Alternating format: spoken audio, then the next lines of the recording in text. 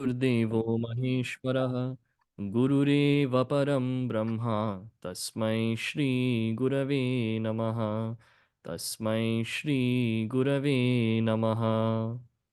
Hari Om. Glad to be here with everybody. Thank you, Nikhil, for the introduction. If you can you please turn your cameras on if possible? Makes for a warmer community environment when we see faces and not black squares. So if you can, I understand if you're out and about or driving or something, but if you can, please do turn them on. Awesome. Wonderful to see everybody. All right. So what do we talk about today? The title itself seems to elicit a chuckle or at least a few raised eyebrows. Be a tool. What does that even mean? We'll get to that. But first, let's back up a bit. This being the 108th birth anniversary of Puja Gurudev, one concept that's really caught my attention is his writings and his lectures, do they stand the test of time? Where he left it for the heavenly abode 31 years ago. And that's an entire two generations of people who have been educated in that time. And without him, does his philosophy that he espoused, his words that he wrote, the words that he spoke, are they still relevant today as much as they were then? Now, there's one very easy test to reflect on for ourselves, and that is the issues that we go through in our lives. Do we find solutions to them through his words, through his life, through his message? So during the pandemic, there was a very interesting book that I came across. Got a lot of time to read during the pandemic, and one of these books was by an author named Helen Peterson. She's a prominent journalist for BuzzFeed. And the book she wrote was called Can't Even: How Millennials Became the Burnout Generation was the book. So not just about the millennial generation, but subsequent ones as well, about how in this day and age, educational attainment seems to be so valued. In this day and age, we really want to make a name for ourselves, but burnout seems to be a huge problem for those who are finishing up their education and for young professionals. So I thought that that would be an amazing topic to take up, especially with this audience full of chicks. Now, reading through these different problems that arose in the book, I was scratching my head. Where do I find these solutions for those problems?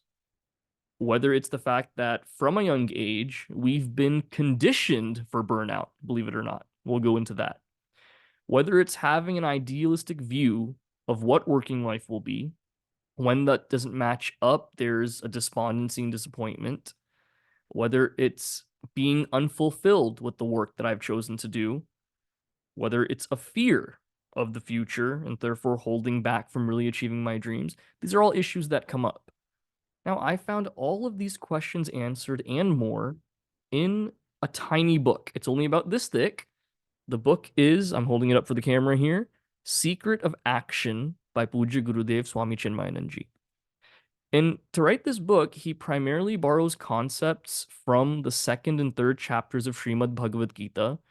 But even if we read it in the context of just a self-help book to make my life easier, to understand why my challenges are present, how to surmount them, this is a wonderful book to go through. That'll be the focus of what we look at today. So how does Gurudev start this whole book? He states something that seems obvious, but we still need a reminder of. And that's the mere fact that work is inevitable. There is no way around it. As much as I'd like to buy a lottery ticket every day in the hopes that some luck strikes me, work is inevitable. I can't not do anything. Where there's a scene from a movie where two characters are talking, and one of them says, if you had $1 million, what would you do? And the man answers, I'd go buy a nice house, I'd get a nice car, I'd get a butler, someone to clean my house as well, to maintain that huge house, and I'd just live life and enjoy. So he throws the question back at his friend, what would you do with $1 million? He said, nothing. I'd quit my job, I'd do nothing. And he says, well, darn, man, you don't need $1 million to do nothing. My cousin's broke, he doesn't do anything. So our idea of work is, it is something that's a burden on me right now. Let me get to that stage of no work. And that is what I am trying to work for through the work I'm doing right now. And that seems to be the chain that I want to follow. And as Gurudev talks about work being inevitable, he says there's a certain attitude I have to have when it comes to this work. I can fall into three different categories. And these three categories will sound familiar. We find them in self-unfoldment as well, if you've studied that text by Gurudev, where he says the first level of work is that of a laborer, or even someone who's working a desk job or an investment banker. They can even be laborers in the sense that the reason why I work is to get that wage so I can fill my stomach, keep my spouse and kids happy, and go on with life. That's the very reason why I work. There are no ideals that I work for. I really don't care about principles. It is just I need to survive, not even thrive. I need to survive. Therefore, this is why I do the work I do. Next level, from a laborer to a worker. This is someone who is inspired by some kind of ideal, something beyond just themselves. The fact that there are bigger problems out there than those that just affect me. Let me do something to rectify those problems. Let me have a deeper impact, perhaps on people that I don't even know. It's not just myself and those who are unlucky enough to depend on me, but even larger than that, let me work for more people. Then there's that final level. So we've seen the laborer, the worker. Gurudev points out that person of achievement. This is that layer of work that is characterized by such a dynamism that one cannot but help being inspired by seeing this person work. Where he says readily, there are only a few people you can count that have this kind of dynamism and impact through their work and what they work for. Where he says, we say once in a generation, this is even more rare than that. We may have generations, entire generations going by where we don't have someone of this kind of capacity. He says these are those that started revolutions, invigorated entire cultures, saved entire civilizations. This is the level that we're talking about, a super rare level. So this is Pujya Gurudev's opening salvo. That work is inevitable.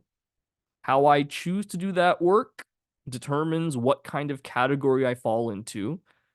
And that's totally up to me, the attitude with which I work. If you attended Brahmacharya Jyoti Ji's session last time, one very beautiful, profound point that she raised, because her topic was on the game of life, a beautiful analogy that she presented. One point she made in there, if you remember, is in this game of life, the player who has the most control is me. I can't blame anyone else and say that because my job is the way it is, that's why I'm only at the laborer level. I have no ideals. It's the people that I work for, the people I work with, the circumstances I find myself in. I blame all of those. I do not have that luxury when it comes to work. Pujya Gurudev says that, and that's a great tie-in to what Jyoti Ji had said last time. Now, let's jump to this book on millennial burnout. What comes up here? One of the very first points made is that more than ever, the generations we see right now, we are conditioned for burnout in life. Think about it, your own childhoods. How many days during the week did you have some kind of extracurricular class, some kind of development, whether it's a sport or an instrument or a cultural skill or something like that? It seems every day of the week we had something going on. Now, think back to your childhood and look at yourself now. Did you retain any of those skills, or do you do any of those activities today? Whether it's playing violin as a child, do we still do that today? A certain sport that we played as a child, do we still do that today? So thumbs up if most of those things you do now. Thumbs down if, for the most part, I don't really do that anymore. Can you show me real quick just so I have that I'm not crazy? Okay, I'm not crazy. Oh, me too, guys. All right. I played violin in high school. I haven't touched it since 12th grade. It's been like more than 15 years almost. If I picked it up now, I don't know if I'd know what to do with it after playing 7 years in school. That's what happens. Where then we have to research and see what was the reason why I took up that vocation in the first place. Maybe parental encouragement. By encouragement, I mean forcing. That could be one part of it. It could also be that, okay, these extracurriculars look good on a college application. That's something I have to take up. And once I get into that college of my choice, done with it. Wash my hands of it completely by that point. Sounds familiar, right? Where you may not believe me, there was a time in this country where after school, kids actually played outside, where there was not a care in the world. It wasn't about rushing to this next extracurricular. There wasn't that much stress. Kids actually played outside, enjoyed themselves. And we don't see that anymore. You drive around neighborhoods at around, what, 4, 5, 6 p.m., you don't see kids out playing anymore. Part of it because, I mean, we've been taught it's not safe anymore, but also because the whole lifestyle of what it means to grow up around the world has completely changed. We've brought that stress onto us from an early age. Burnout is inevitable then. So, how would Gurudev answer that? Let's take one step further in this millennial burnout, then we can go back to Gurudev. One more point the author makes is when it comes to work life, that is something we choose. We choose what our areas of study are. We choose how we go about it. We choose what our career is. And the statement that's thrown around often is if you do what you love, you never work a day in your life. Meaning, if I am so passionate about what my calling is and my vocation lines up with that, there's really no scope for me to feel like, oh, I have to go to work again. It's a joy. What I do, I really, really love. But the sad situation, the author points out, is even if I enter with that idealistic mindset and I love what I do, I can still detest what my job is because of so many external factors. That's inevitable. We feel that when we work. Now, what does Puja Gurudev say to that? One thing he makes very clear is when it comes to work, there's no room for blind idealism here. Inspiration has to be there.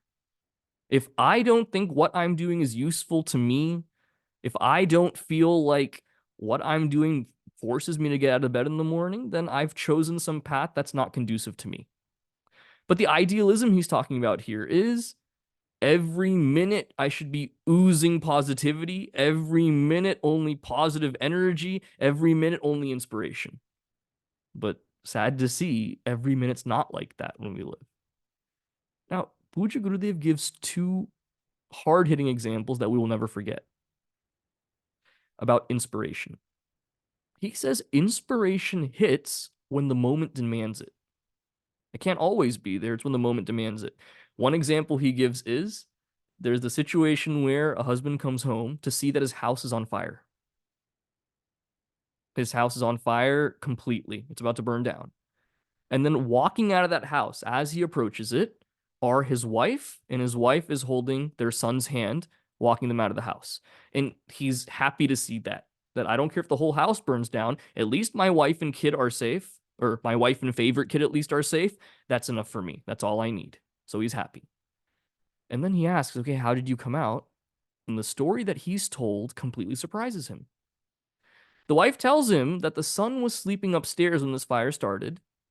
And when the firefighters arrived, she told them, my son is upstairs. You have to go get him. The firefighters were standing outside saying, no, if going to that burning house, we may not be safe. We're not going to do that, is what they say. And they just stand outside the house. So the mom, what does she do? This is Gurudev's example. The mom runs into the house, bolts up the stairs, with the smoke filling her lungs, with the ash covering her eyes. She goes into that child's bedroom where he's screaming, afraid to move, picks him up, brings him out. Now, to complete this example, Gurudev says, this same mother in the future If she has to handle fire, she may be reluctant to do so. Everything from handling an arti thali all the way till cooking with the fire, she may be reluctant to do so. There may be some fear. But at this moment, love for that child was the highest calling that she had. For her, that was more important than her own safety. So running up those stairs without a second thought and saving that child, that didn't need any kind of deliberation. It is not even second nature, that's first nature that she had. That's one example he gives. To show very clearly, inspiration hits when that situation demands it. It's not always something that's oozing out. Second example he gives here. This is for a husband who has a sick wife. She may have some kind of condition that it lasts a couple months or so, where he took days off of work. After a while, he has no more days off. So her sister takes care of her during the day, and he pulls the night shift, where he's awake all night, tending to her needs. And the wife will say, compassionately, "Oh, you have work in the morning, go to bed. It's okay." He says, "No, I can't go to bed if you're not well. I'm going to look after you." And he does that for a whole month, every single night, barely sleeping, just to make sure she's okay. Now, that same man, he did it for love for his wife. And Gurudev says the same man, if he's asked to work the night shift at work, he'll be like, I can't do that. I can't really stay up all night long. Why? Because whatever work that is, deployment of an app or a software release, whatever that is, the importance of that pales in comparison to the well being of my own family members. The priorities are there very clearly. So, understanding there are certain things in my life that will elicit that kind of passion. But at the end of the day, that's not always going to be there. And if I have that idealism, naivety, that my job is always going to inspire me every single part of it, just not the case. Now, one thing that is beautiful to see, though, is someone who is pursuing what they're actually passionate about. Talking to chicks, I love it when they tell me about, look, I'm working in the field of AI, we're doing this new thing here, or someone talking about medical breakthroughs or what they're doing in their respective fields. To see their eyes light up and to see them talking 100 miles an hour because they're so excited, there's no greater joy than seeing that. That they're putting their talents to good use. They worked hard to get educated to get to this point. And even if it means working more than 100 hours a week, they don't feel that mental fatigue because what they're doing, they truly love. But then, how many of us can truly say that we're in that kind of a position? Whether from an educational standpoint of what I'm learning and where I'm learning, or what am I doing for my job? And I can tell myself, okay, this is a stepping stone. This is just for a few years until I get established or balanced or settled, whatever it is. But at the end of the day, having to go through those motions is still pretty difficult. That exhaustion does set in. Now, that's for someone that if they love what they do, it's like that. Imagine if you don't love what you do, how would that burnout be? There's one more layer here that's addressed. For the next generation, meaning our generation of workers, one common complaint is no matter what I do at work, how ethically I try to live, at the end of the day, there is no morality at the workplace. That to make a quick buck, money is what matters more than anyone's well being for a company. That's how it is. That it barely matters, are we doing the right thing? Is there collateral damage from our actions? Are we only benefiting ourselves at the risk of harming someone? These things don't seem to matter in so many walks of life that we find ourselves in. And that leads to a disgruntled environment that further leads to a disenchantment. That I came in here hoping to do good. It seems that the environment I am is not conducive with that. And then I'm told I can't blame anyone but myself for my feelings. How is that supposed to make sense? So what does Gurudev say here that really hits home?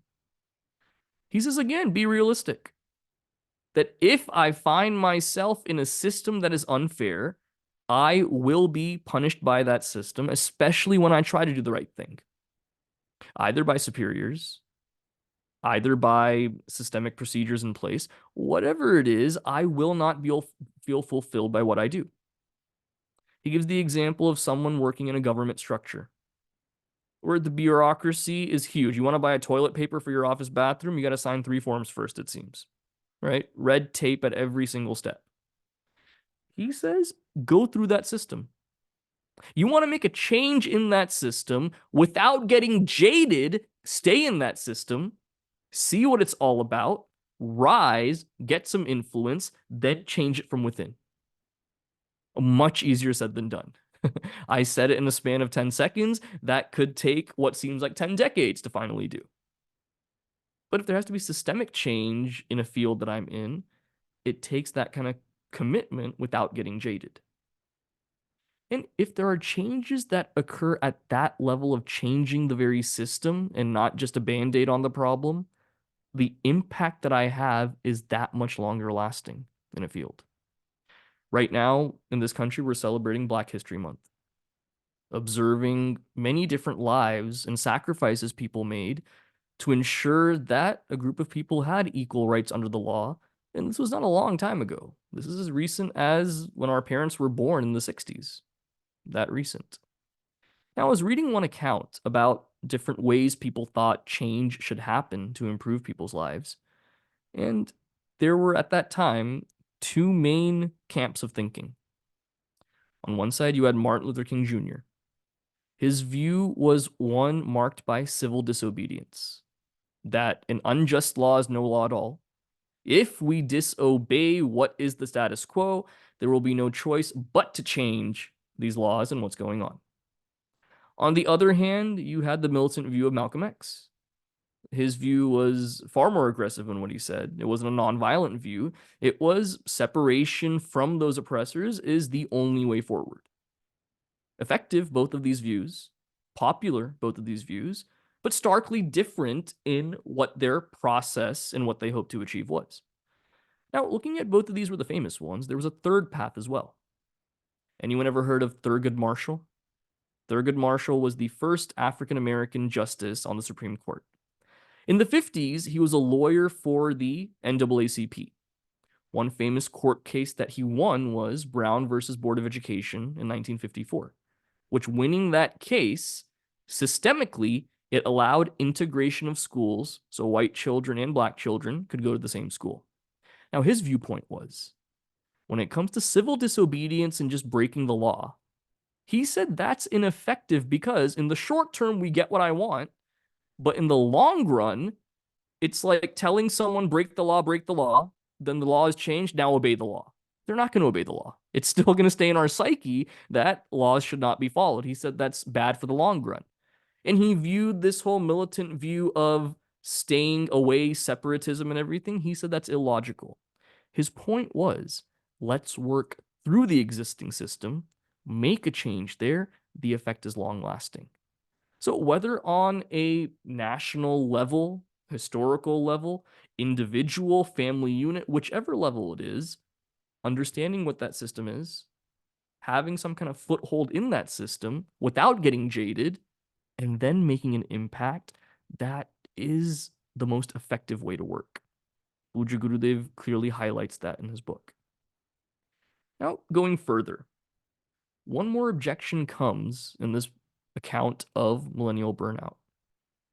It is that I can be idealistic, having a certain ideal to work towards, but I need some kind of ideal that is always going to inspire me. And this book about millennials concludes with, sadly, those ideals aren't going to be there. Some ideal that evokes the most effort from me, the most diligent work from me. There's no ideal high enough like that to constantly inspire me or a group of people. It's just not there. Then comes in Gurudev at this point, more than ever. This is when we finally come to be a tool, an instrument of Bhagavan. How much glory do we give to an instrument?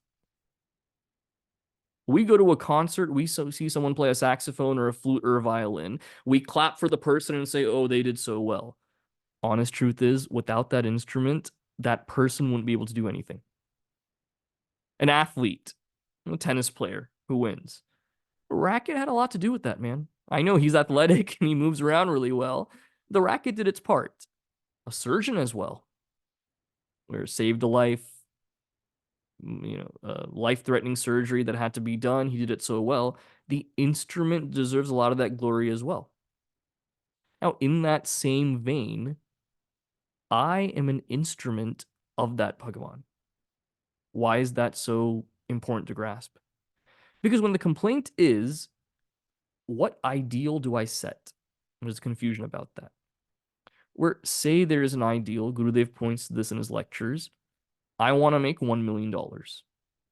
In today's day and age, that must be pennies. I know. Some of you are like a million. Huh, what's that? Much more is what we need. So say I want to earn $1 million. The moment I earn that millionth dollar, what's left for me to do? That was the one ideal guiding all of my actions, guiding my hard work, my sleepless nights, all of that. I finally earned that millionth dollar. What's left?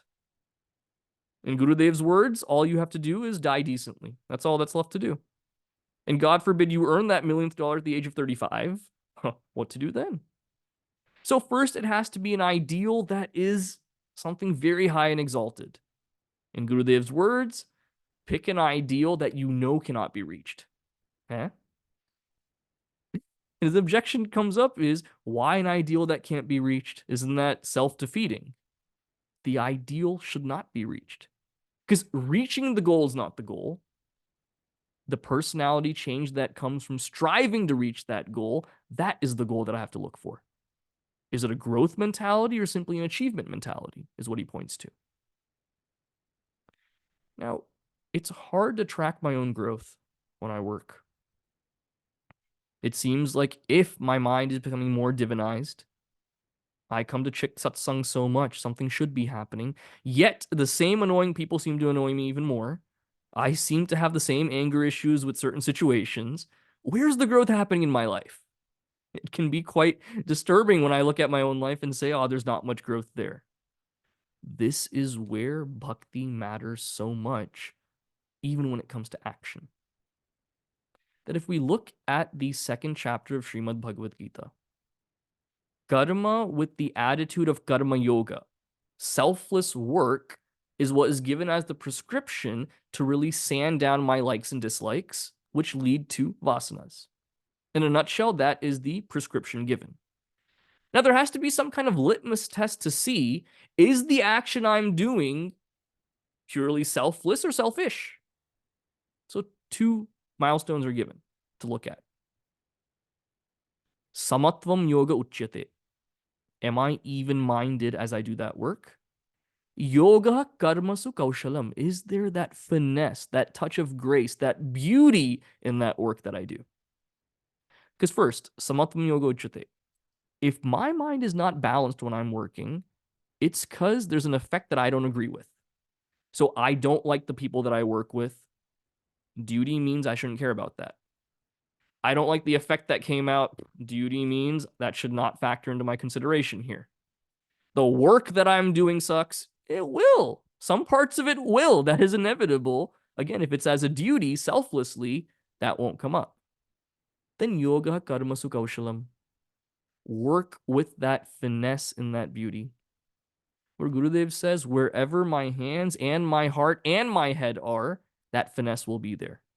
So if it's that it's haphazard, good enough for government work, that kind of attitude, that clearly means one of these 3 or more, head, hands, and heart, something is missing in this work. That's on me to fix. So one beautiful thing about this, I'm wrapping up at this point, is that even when we see problems in the workforce in the world today, we may think they're insurmountable. And this book was proof of that. Can't even how millennials became the burnout generation. Burnout is so systemic today. All we do is go back to our roots, see what Shastra says in Gurudev's explanation of it, and we see what's missing as an ideal is that bhakti bhava, cultivating that completely, knowing that Bhagavad Leela, building that devotion through puja and japa, these are steps where I truly feel like that instrument of Bhagavan, where it's not just saying those words of, yes, working selflessly, this and that. I actually feel like I'm doing that then. And that's what leads to growth. So just a quick overview of that. And this is a wonderful book to go through and to even use as a CHYK discussion group text for a few weeks or a couple months. So do consider that. And now I'll turn it back over to Nikhil for the question and answer. If it's an easy question, Nikhil, I'll take it. If it's a tough one, you take it. Deal? Deal. All right. Thank you so much, Harini, for the talk. It was very insightful. At this point, I open up the floor for questions. If you have any, you can put it on the chat, or you can unmute yourself and go ahead and directly ask it as well.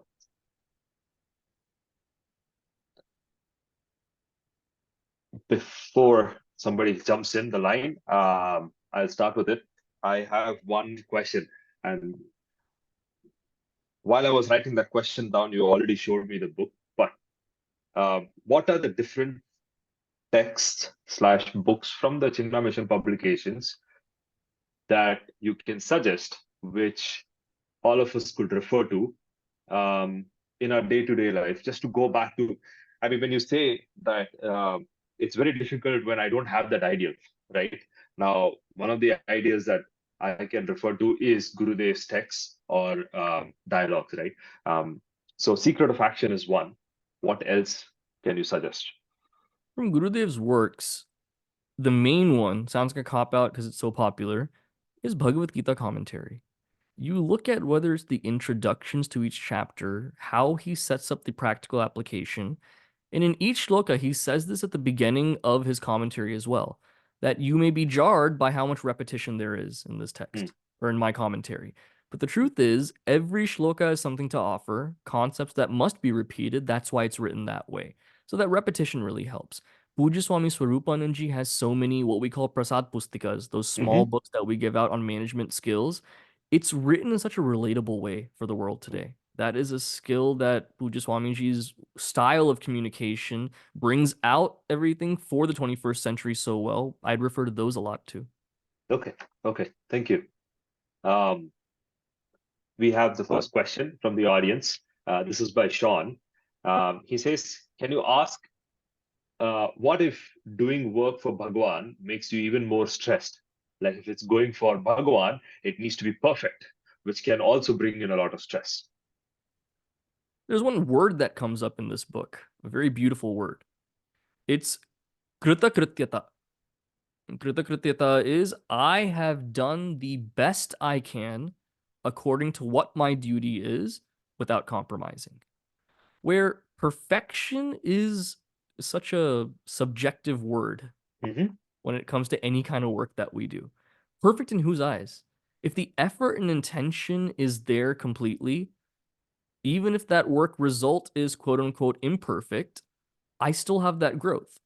On the other side of the coin, if I do it, haphazardly, no good intention behind it, no attention to detail, that work can still turn out well. And I'll fool myself into thinking, oh, the work turned out well, so the whole process was good. There was no growth that happened there. So the stress that comes in any kind of a situation arises from me caring about that result so much, foregoing what that growth process is. When it comes to Bhagavan's growth, even if my boss outside doesn't see my intentions, Bhagavan definitely does. Let that be the stress reducer. That what I'm doing to the best of my ability according to Dharma, that is being recognized as my growth. Okay. To add on to that, I have a question. And we've discussed this at length many a times between both of us, right? But I think journaling would also be helpful, isn't it? Where the day-to-day things that I go through, even if there is nobody that I can share it with, whatever progress that I've been doing, I can always note it down at the end of the day, my thought process while I was doing the particular work or the job, and seeing progress over a period of time. And also identify if maybe going back every week and reading it, did I do it haphazardly or not, right? Now, if that is one of the tools, then can you explain it in detail how we could actually go about with journaling? Journaling is one thing that we're resistant to right off the bat. Okay. Because one thing is it seems pointless because it's like talking to an answering machine where no one seems to be listening. What is the Hmm. point of me talking right now? It seems that way. But the harder part, the deeper problem is actually looking into my mind in that solitude, seeing what's in there can be a truly scary experience. Think back to the pandemic, whether we were in university at that time or living with family or working alone, whichever situation we found ourselves in, being with our own minds was the scariest place to be sometimes. The thoughts that would come up, those dark places we go to. And it's tough. And having to write that down instead of distracting myself with a group of people or a movie or something like that, having to actually look into that mind, write down these darker feelings, why I'm feeling that way, analyzing it, that takes a tremendous amount of uncommon courage. It really does. But if I follow a process where I write down these honest feelings, for myself at least, not to show anyone, not to be accountable to anyone else, to show myself at least to see these patterns, see what triggers these negative emotions or positive emotions, what keeps them sustained, that is the best way to move forward. And I'll take this opportunity to say this. I say this to chicks anywhere I go. There is nothing wrong with seeking help at a mental health level. Hmm. I think as an Indian American community, we've made great waves in the past few decades at least of coming to terms with it, but more has to be done. But there is nothing wrong with seeking that help from a therapist or a counselor Hmm. because Vedanta is not the solution for everything. If there is a problem when it comes to my mental health, um, it's flippant to say that, oh, just go read Shastra, that'll fix everything. It doesn't Hmm. work that way. Seeking that professional help sometimes is what's needed. There is nothing to be ashamed of in seeking that. Hmm. Thank you. I have a question from Rahul. He says, when thinking of devotion to Bhagavan, one may commonly think of praying in front of an idol or an altar. Yet, our work may be behind a desk, in a study hall, or in a meeting room. How do we connect our work with our devotion to Bhagavan? Awesome question. My work can be something totally separate from any kind of religious connotation, where there seems to be no semblance. I think of Charlie and the Chocolate Factory. What was Charlie's dad's job? His dad's job was to screw on the assembly line. There's the toothpaste tube that goes by. He has to screw on the cap onto the toothpaste tube. And then technology comes in and a machine does it, so he loses his job. So, like that, my job can seem that mechanically mind numbing. Where is there a religious scope here? Gurudev addresses that here. He says, for even for someone who is a typist, for example, that connection that he or she has to Bhagavan is by doing this duty, I am fulfilling some kind of needed role in the world. And in turn, what I use that remuneration, those wages for, is something dharmic. And what I'm doing is standing under my likes and dislikes in that process by not clinging to the result.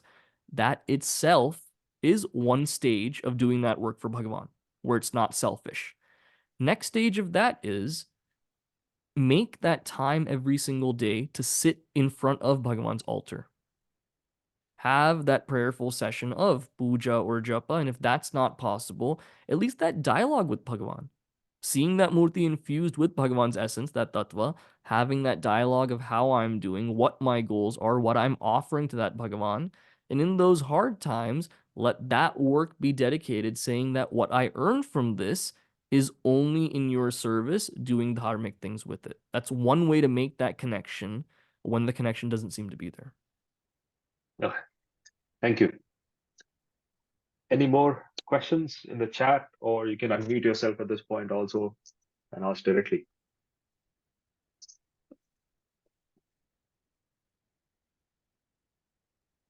In the meantime, I will also post the links for the different course/camps that are happening, also the CHYK West study groups across North America, so that you all have the information, um, and you can use that for your benefit.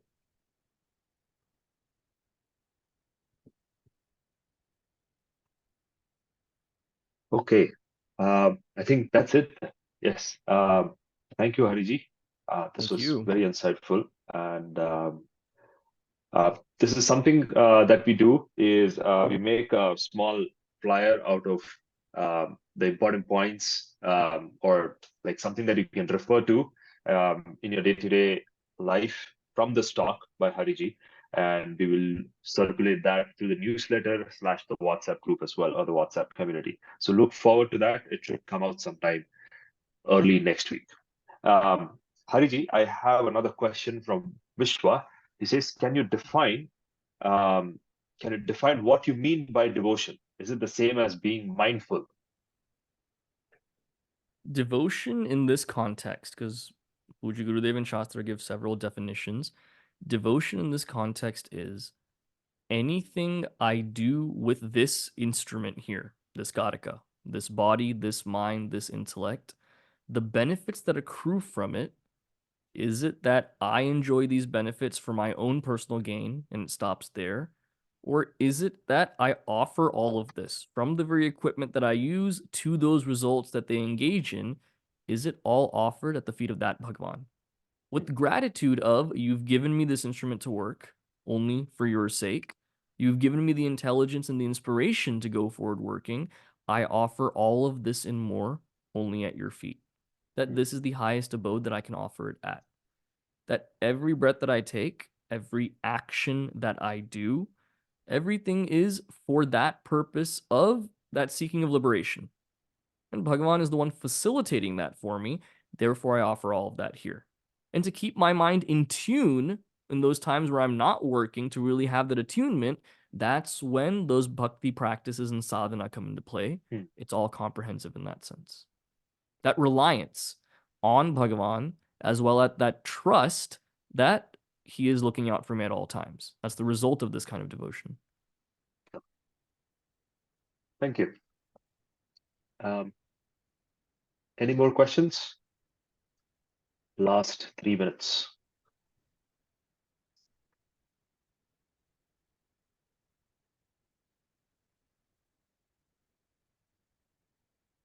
Okay, I think it's time as well. I just also want to give you all a heads up.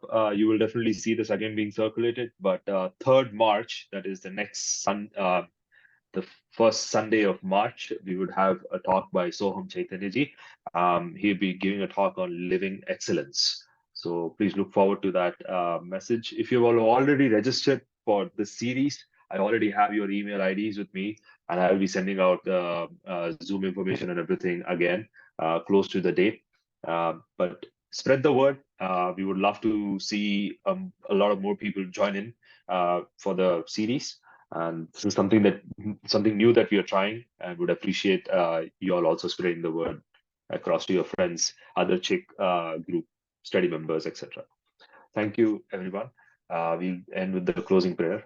Hariji, would you like to lead it as well? Of course.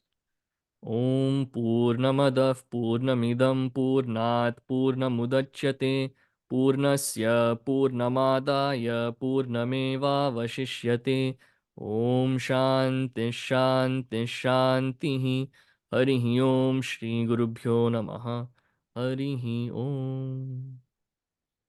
Hariam, everyone.